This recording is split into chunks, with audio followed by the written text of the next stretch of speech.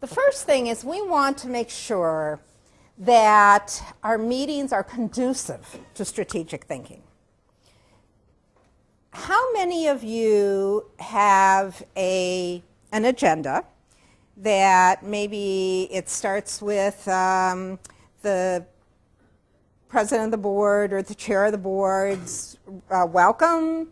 You have minutes, you have your financial reports, you have your executive director, CEO's reports, you have some of the committee reports. First thing I'm going to tell you is ditch the damn reports. Get rid of them, all right?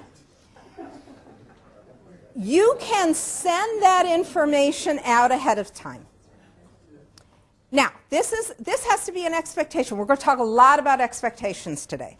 And I know people are going to say, yeah, but nobody will read them if we send them out ahead of time. You probably send them out ahead of time and nobody reads them, which is why you say nobody's going to read them if you send them out ahead of time. But why don't they read them? Look, again, remember, I've sat on boards. I'd see the logo of the organization come on a packet this thick, and I wouldn't read it either. The reason being, I knew I was going to go and sit in that meeting and they were just going to give it to me anyway. Why should I spend the time?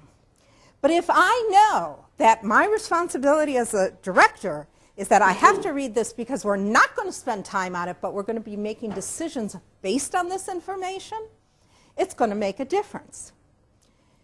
Reports are boring. They are. Again, you're getting the best, the brightest, and what are you doing? You're making them sit and listen to reports. And we wonder why people aren't engaged. They're not engaged because you haven't given them the opportunity to be engaged. They're not engaged because it's not interesting. So we have to get rid of that. We have to look at the mega issues. We have to be sure that we're focusing on things that are related to our critical goals. And we do need critical goals, all right? We want to compare them against our dashboard criteria. So the dashboard takes those critical indicators that you want to know and puts them in graph form that allows everybody to understand it immediately. You need dashboards that allow everybody. All right, so here's Terry, who's numbers phobic.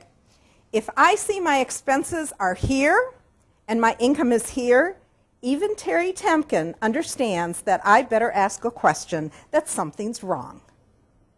So if you can give people this kind of data, first of all, that happens. And then you can compare.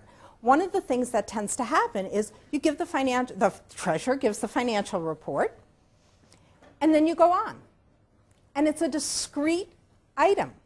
Instead of using that information for every decision you make. And that's what it's about, is to use that information.